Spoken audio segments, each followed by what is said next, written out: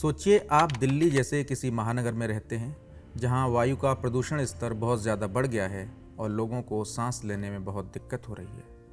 आप बिना वकील की मदद लिए सर्वोच्च न्यायालय में याचिका दायर करते हैं कि जलवायु परिवर्तन की वजह से शहर की हवा दूषित हो गई है, इसकी वजह से लोगों में स्वास्थ्य संबंधी गंभीर बीमारी हो रही है। कोर्ट आपकी इस याचिका पर तुरंत सुनवाई करता है और सरकार को 1 सप्ताह के अंदर हवा की गुणवत्ता को बहाल करने का आदेश देता है। ऐसा भी हो सकता है कि उत्तर प्रदेश का कोई किसान सीधे इलाहाबाद हाई कोर्ट के मुख्य न्यायाधीश को एक चिट्ठी लिखता है कि उसके क्षेत्र में एक नदी बहती है जिस पर उसकी खेतीबाड़ी निर्भर है, लेकिन पिछले 5-10 सालों में मौसम में हुए तेज़ बदलाव की वजह से नदी सूख गई है। इसकी वजह से उसकी आजीविका संकट में पड़ गई है। उसके ऊपर बैंक का कर्ज है जिसका वह भुगतान नहीं कर पा रहा है, लेकिन कर्ज का ब्याज लगातार बढ़ रहा है। कोर्ट तुरंत इस याचिका की सुनवाई करता है और राज्य सरकार को निर्देश देता है कि उस नदी पर निर्भर सभी किसानों का बैंक ऋण माफ़ किया जाए और उन्हें पिछले 5 सालों में खेती के हुए नुकसान का हर्जाना दिया जाए। साथ ही अगले 5 महीनों में नदी में जल प्रवाह को पहले की तरह दुरुस्त किया जाए। अब सवाल यह उठता है कि क्या ऐसा संभव है कि जलवायु परिवर्तन की वजह से होने वाले नुकसान के लिए सीधे उच्च न्यायालय या सर्वोच्च न्यायालय में केस दायर किया जा सके और कोर्ट ऐसे मामले की तुरंत सुनवाई करके याचिकाकर्ता के पक्ष में निर्णय सुना दे? तो इसका जवाब है नहीं। वहीं अगर भारत का कोई नागरिक हाई कोर्ट या सुप्रीम कोर्ट में ऐसी याचिका दायर करे कि उसके साथ जातीय आधार पर भेदभाव किया गया है, तो कोर्ट में न सिर्फ उसकी तुरंत सुनवाई होगी बल्कि दोषियों के विरुद्ध शीघ्र उचित कार्रवाई की जाएगी। लेकिन यह सुविधा जलवायु परिवर्तन वाले मामलों में उपलब्ध नहीं है। लेकिन यहाँ सवाल उठता है कि कानून के स्तर पर यह अंतर क्यों है? दरअसल भारत के संविधान में यह व्यवस्था की गई है कि मौलिक अधिकार के उल्लंघन या हनन से संबंधित किसी मामले के लिए सीधे हाई कोर्ट या सुप्रीम कोर्ट में याचिका दायर की जा सकती है, लेकिन मौलिक अधिकार से भिन्न मामलों में यह सुविधा प्राप्त नहीं है। दरअसल हाल ही में एक मामले की सुनवाई करते समय भारत के सर्वोच्च न्यायालय ने यह मत व्यक्त किया कि भारत के सभी नागरिकों को जलवायु परिवर्तन के विरुद्ध मौलिक अधिकार प्राप्त होना चाहिए। न्यायालय की इस राय से यह बात तो साफ तौर पर जाहिर हो जाती है कि भारत के संविधान में नागरिकों को जलवायु परिवर्तन के विरुद्ध मौलिक अधिकार प्राप्त नहीं है। इस पूरे मामले पर हम 3 हिस्सों में चर्चा करेंगे। पहला, मौलिक अधिकार क्या हैं? दूसरा, जलवायु परिवर्तन के विभिन्न पक्ष क्या हैं? और तीसरा, इसके समाधान के व्यावहारिक उपाय क्या हैं? सबसे पहले हम बात करते हैं मौलिक अधिकारों की। भारत के संविधान में देश के सभी नागरिकों को कुछ मूलभूत और ज़रूरी अधिकारों की गारंटी दी गई है। इनकी सुरक्षा करना राज्य की सबसे बड़ी जिम्मेदारी है। इन्हीं अधिकारों को मौलिक अधिकार कहा जाता है। संविधान में इन अधिकारों को लागू करने और इनकी रक्षा करने के लिए विशेष व्यवस्था का प्रावधान किया गया है। जैसे मूल अधिकारों से जुड़े मामलों की सुनवाई को सबसे अधिक प्राथमिकता दी जाती है। संसद किसी भी तरह मूल अधिकारों में न तो संशोधन कर सकती है और न इन्हें समाप्त कर सकती है। तीसरा, मौलिक अधिकार राज्य के विरुद्ध भारत के नागरिकों के दावे हैं, यानी इनका उल्लंघन या हनन होने के लिए राज्य को जिम्मेदार माना जाता है, इसलिए इनकी सुरक्षा की जिम्मेदारी राज्य की है। पीड़ित व्यक्ति बिना वकील किए सीधे हाई कोर्ट या सुप्रीम कोर्ट को चिट्ठी लिखकर अपील कर सकता है। हाल ही में इस तरह का एक मामला सामने आया जब हैदराबाद में स्कूल जाने वाले एक बच्चे ने भारत के मुख्य न्यायाधीश DY चंद्रचूड़ को लिखित में एक याचिका भेजी कि उसके क्षेत्र में लगे एक पावर प्लांट की वजह से सुबह हवा में सांस लेने में दिक्कत होती है, इसलिए उसके स्कूल का समय सुबह 7 बजे से बढ़ाकर 10 बजे कर दिया जाए। सर्वोच्च न्यायालय ने राज्य सरकार को तुरंत निर्देश दिया कि उस क्षेत्र के सभी स्कूलों का समय सुबह 10 बजे कर दिया जाए। दरअसल ये मामला संविधान के अनुच्छेद 21 में दिए गए जीवन की स्वतंत्रता के अधिकार के उल्लंघन का था। इसलिए कोर्ट ने इसकी सुनवाई त्वरित ढंग से की।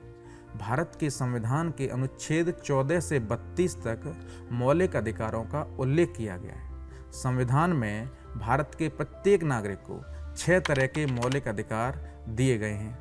ये हैं: 1. समानता का अधिकार, 2. स्वतंत्रता का अधिकार, 3.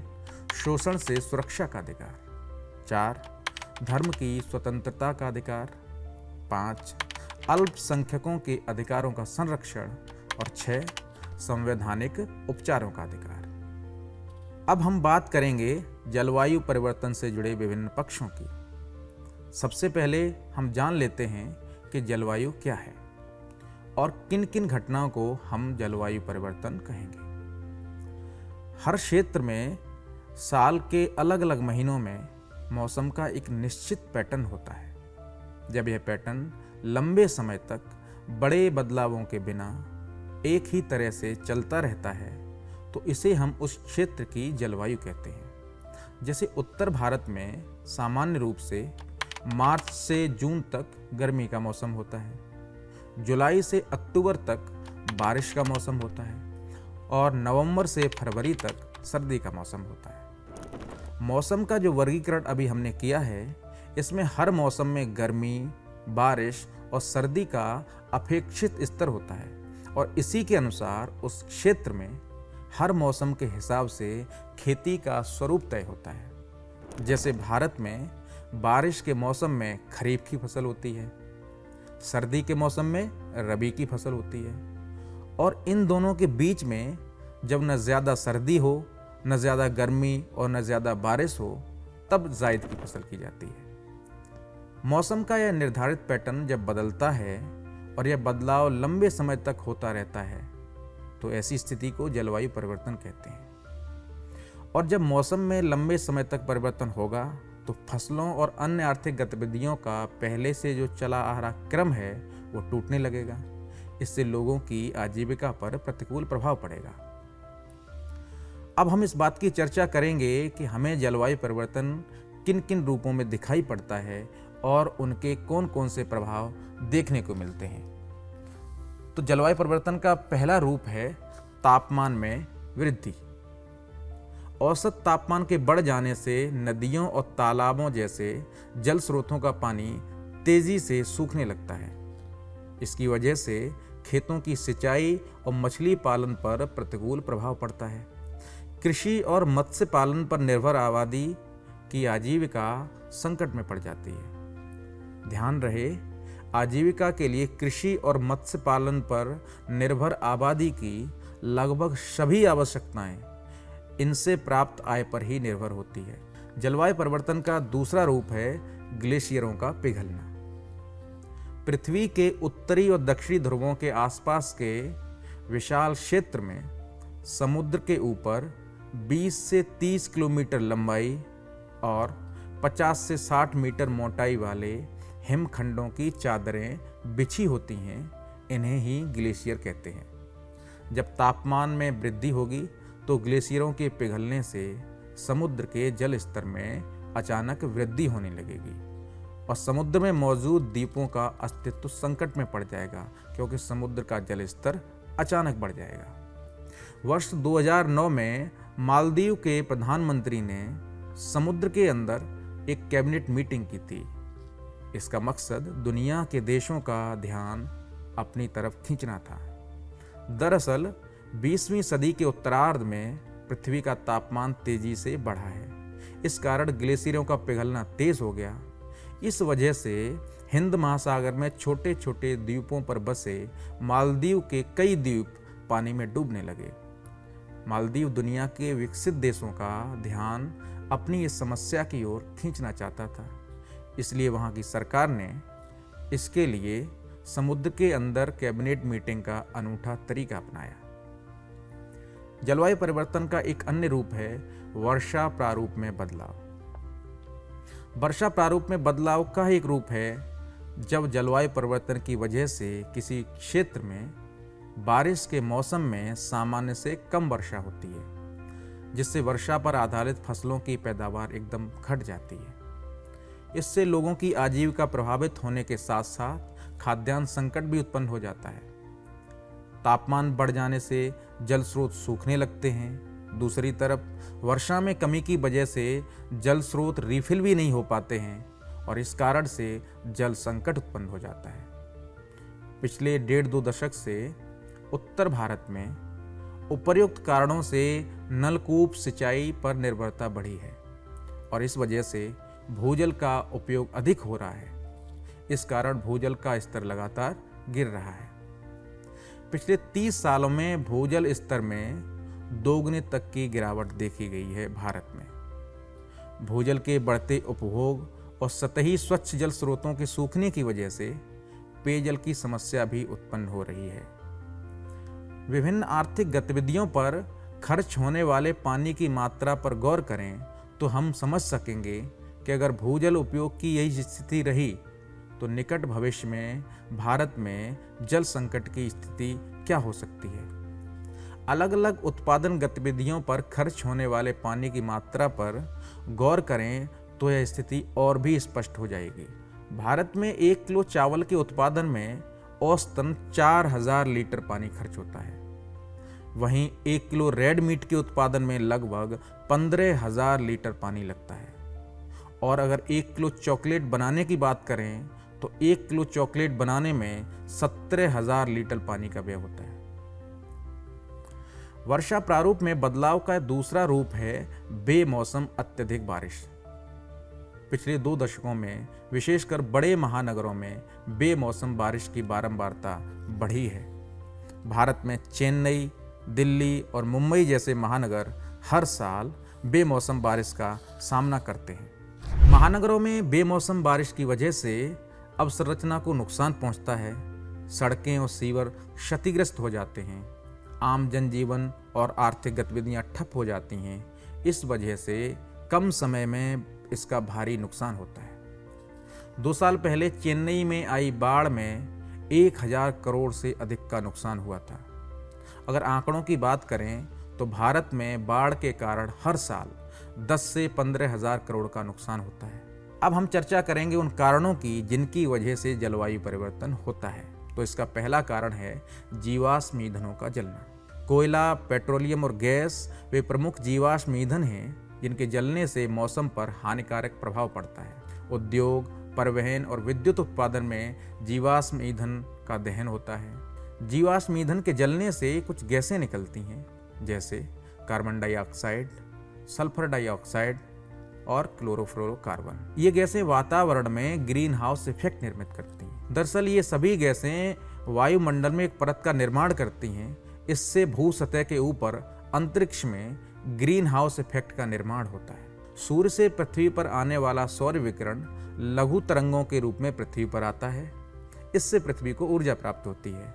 पृथ्वी गर्म होकर जब ऊष्मा का दीर्घ तरंगों के रूप में विकिरण करती है तो ग्रीन हाउस इफेक्ट के कारण यह विकिरण अंतरिक्ष में नहीं जा पाता। इसके कारण भू सतह का तापमान बढ़ने लगता है। जलवायु परिवर्तन का दूसरा बड़ा कारण है जंगलों की कटाई। हम सब जानते हैं कि पेड़ श्वसन में कार्बन डाइऑक्साइड लेते हैं और ऑक्सीजन छोड़ते हैं, जबकि मनुष्य सहित तमाम जीव जंतु श्वसन में ऑक्सीजन लेते हैं और कार्बन डाइऑक्साइड छोड़ते हैं। इस तरह मनुष्य का जीवन ऑक्सीजन पर निर्भर है और ऑक्सीजन पेड़ों की संख्या पर निर्भर है। जंगलों के कटने से स्वाभाविक रूप से वातावरण में कार्बन डाइऑक्साइड की मात्रा बढ़ जाती है और ऑक्सीजन की मात्रा में कमी आ जाती है।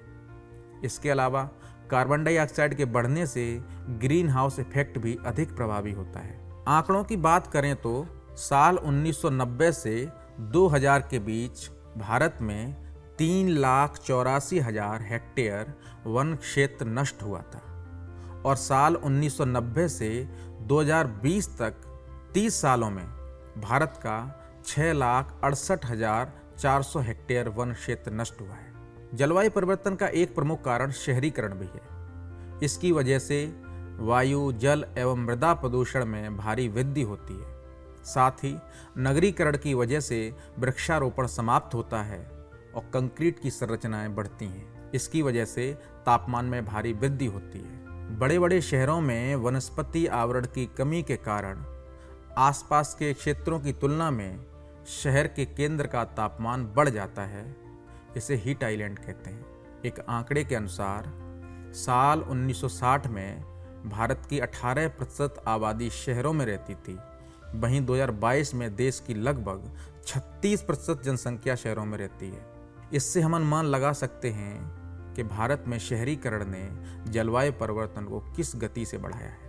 अब तक हमने यह तो समझ लिया कि जलवायु परिवर्तन क्या है और इसके क्या कारण हैं, और अगर जलवायु परिवर्तन के विरुद्ध मौलिक अधिकार प्राप्त हो जाए तो क्या हो सकता है। लेकिन यहाँ एक बड़ा प्रश्न यह बनता है कि क्या जलवायु परिवर्तन की वजह से सच में ऐसी स्थिति बन गई है कि राज्य हर संभव तरीके से जलवायु परिवर्तन को नागरिकों के लिए हानिकारक होने से रोकने के लिए हर संभव कदम उठाए। क्योंकि अगर जलवायु परिवर्तन के विरुद्ध नागरिकों को मौलिक अधिकार की गारंटी मिल गई तो यह राज्य का सबसे महत्वपूर्ण दायित्व बन जाएगा। पृथ्वी पर 70% जल है। इसमें से सिर्फ 3% ही पीने और मानव उपयोग के लायक है, जिसे हम स्वच्छ जल की श्रेणी में रखते हैं। इस 3% स्वच्छ जल का सबसे अधिक यानी लगभग 70% ग्लेशियरों पर जमा बर्फ के रूप में मौजूद है। इसके बाद शेष 30% नदियों, नहरों, झीलों, तालाबों, भूमिगत जल और वातावरण में जलवाष्प के रूप में मौजूद है। और जैसा कि चर्चा कर चुके हैं कि बढ़ते तापमान की वजह से ग्लेशियर तेजी से पिघल रहे हैं, और अगर इसी गति से पिघलते रहे तो सन 2100 यानी अगले 74-75 सालों में 83% ग्लेशियर समाप्त हो जाएंगे। और हम पहले ही बात कर चुके हैं कि बाकी जल स्रोत किस गति से सूख रहे हैं। अगर वर्तमान में जल उपलब्धता की बात करें तो भारत के सभी जलाशयों में उनकी कुल वाटर स्टोरेज कैपेसिटी का सिर्फ आधा ही जल मौजूद है, और इनमें भी लगभग 150 प्रमुख जलाशय ऐसे हैं जिनमें मौजूदा समय में उनकी कुल क्षमता का सिर्फ 36% पानी बचा है। CBC की एक रिपोर्ट के मुताबिक 1950 में भारत में प्रति व्यक्ति जल की उपलब्धता 3 से 4 हजार घन मीटर थी। अब एक अनुमान के मुताबिक 2031 में यह जल की उपलब्धता मात्र 1367 घन मीटर ही रह जाएगी। अगर वनों की स्थिति पर नजर डालें तो निर्वनीकरण के मामले में भारत विश्व में दूसरे स्थान पर है। ग्लोबल फॉरेस्ट वॉच नामक संगठन की हालिया रिपोर्ट के अनुसार 2001 से 2019 के बीच भारत के कुल वन क्षेत्र में 3.3% की गिरावट आई है। इसकी वजह से वातावरण में 153 मीट्रिक टन कार्बन डाइऑक्साइड का उत्सर्जन हुआ है। International institute for environment and development ने अपनी रिपोर्ट में भारत में किसानों की आत्महत्या की मुख्य वजह जलवायु परिवर्तन को माना है। और भारत में 2015 से 2018 के बीच पिछले 150 साल में सबसे लंबा सूखा पड़ा था। यह सूखा 41 महीनों का था जिसमें बारिश नहीं हुई। अब अंत में हम उन उपायों की बात करेंगे जिनके द्वारा जलवायु परिवर्तन के प्रतिकूल परिणामों पर काबू पाया जा सकता है। 1997 में जापान के क्योटो शहर में हुए सम्मेलन में दुनिया के देशों ने जलवायु परिवर्तन के प्रभाव को कम करने के लिए कार्बन क्रेडिट की व्यवस्था अपनाई थी। इसके तहत देशों की 2 श्रेणियां बनाई गईं। एक श्रेणी में ऐसे देश जो औद्योगिक कार्यों में कार्बन का अधिक उत्सर्जन कर चुके हैं और औद्योगिक आवश्यकता के लिए निर्धारित स्तर से अधिक उत्सर्जन करना चाहते हैं। दूसरी तरफ ऐसे अविकसित देश जो औद्योगिक विकास में बहुत पिछड़े होने के कारण कार्बन उत्सर्जन बहुत कम करते हैं। कम उत्सर्जन वाले देशों को कार्बन की प्रति इकाई के लिए क्रेडिट सर्टिफिकेट दिया जाता है। जिन देशों को औद्योगिक कार्यों के लिए एक सीमा से अधिक कार्बन उत्सर्जन करना होता है, वे प्रति इकाई कार्बन उत्सर्जन के लिए सर्टिफिकेट वाले देशों से क्रेडिट पॉइंट की खरीद कर सकते हैं। इसके माध्यम से अपेक्षा की गई कि कार्बन क्रेडिट प्राप्त करके उत्सर्जन करने वाले देशों पर अतिरिक्त आर्थिक और नैतिक दबाव बनेगा और वे उत्सर्जन के लिए हतोत्साहित होंगे। किंतु कार्बन क्रेडिट की यह व्यवस्था जलवायु संवेदनशीलता की दृष्टि से अव्यावहारिक साबित हुई है। इसकी वजह है कि जो देश अविकसित और औद्योगिक विकास में तकनीकी रूप से पिछड़े हैं, उन्हें कम कार्बन उत्सर्जन के एवज में कार्बन क्रेडिट प्राप्त होता है। ये देश अपना क्रेडिट ऐसे देशों को बेच सकते हैं जो औद्योगिक उत्पादन के लिए कार्बन उत्सर्जन करना चाहते हैं। इस रणनीति में पर्यावरण हित एकदम नदारद हैं, क्योंकि औद्योगिक रूप से विकसित देश कार्बन उत्सर्जन के लिए हतोत्साहित नहीं हो रहे हैं। सिर्फ अविकसित देशों को कुछ मात्रा में आर्थिक मदद भर प्राप्त हो जाती है। इसमें पर्यावरण के लिए कोई विशेष प्रयास नहीं होता। इसके बजाय कार्बन क्रेडिट व्यवस्था में सुधार किया जाना चाहिए और इसके द्वारा स्वच्छ ऊर्जा आधारित उत्पादन को बढ़ावा दिया जाना चाहिए। इसके अंतर्गत ऐसे देश जिनका कार्बन क्रेडिट स्कोर नेगेटिव में है, वे ग्रीन एनर्जी आधारित मशीनरी का विनिर्माण करें और कार्बन क्रेडिट वाले देशों को क्रेडिट के एवज में मशीनरी की कीमत में भारी छूट दें। अंत में हम उन उपायों की चर्चा कर रहे हैं जिनको अपनाकर भारत में जलवायु परिवर्तन के प्रभावों को नियंत्रित किया जा सकता है। इस कार्य में पहला उपाय है भारत सरकार की प्रस्तावित नदी जोड़ो परियोजना। इसके अंतर्गत देश की बड़ी नदियों को आपस में जोड़ा जाएगा। इसमें लिंकिंग वाटर बॉडी के रूप में छोटी स्थानीय नदियों और नहरों का उपयोग किया जाए तो देश भर में सूख चुकी छोटी नदियों को फिर से जीवित किया जा सकेगा। नदियों की नियमित सफाई और बालू खनन पर प्रभावी तरीके से रोक लगाई जाए। खेती में पानी की कम आवश्यकता वाली जीन संवर्धित फसलों का विकास करके उनका प्रचलन किया जाए। सूक्ष्म सिंचाई की तकनीकों को अपनाया जाए, जैसे स्प्रिंकलिंग और ड्रिप सिंचाई। इनसे फसल की सिंचाई करने में बहुत कम पानी की ज़रूरत पड़ती है। खेती का एक प्रचलित तरीका है शुष्क कृषि। इसमें सिंचाई किए हुए खेत को सूखे खरपतवार से ढक दिया जाता है ताकि उसकी नमी संरक्षित रहे। फिर सूर्योदय से पहले खेत की गुड़ाई की जाती है। इससे खेत में सिंचाई की ज़रूरत कम रह जाती है। कृत्रिम वर्षा भी एक उपयोगी विधि है, जिसके माध्यम से वर्षा और सिंचाई के अभाव वाली फसलों को सूखने से बचाया जा सकता है। हालांकि वर्तमान में कृत्रिम सिंचाई काफ़ी महंगी है, लेकिन आवश्यकता होने पर इसे अपनाया जा सकता है। वैश्विक स्तर पर इजराइल द्वारा जल के विलवणीकरण की तकनीक विकसित की गई है। इसके द्वारा समुद्र तथा अन्य जल स्रोतों में मौजूद खारे जल को विलवणीकृत करके पीने योग्य बनाया जाता है। वर्तमान में इजराइल की कुल जल आवश्यकता का 25% इसी के माध्यम से पूरा होता है।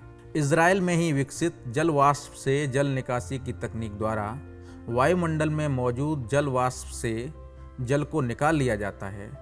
इजराइल में इसके बहुत से प्लांट लगाए गए हैं। भारत में भी इसी तरह की आधुनिक तकनीक पर उल्लेख योग्य काम हुआ है। लद्दाख के रहने वाले वैज्ञानिक सोनम वांगचुक ने उस क्षेत्र में गर्मियों में सिंचाई और पीने की पानी की ज़रूरत को पूरा करने के लिए कृत्रिम आइसबर्ग विकसित किए हैं। इन आइसबर्ग से गर्मियों में पानी की ज़रूरत को पूरा किया जाता है।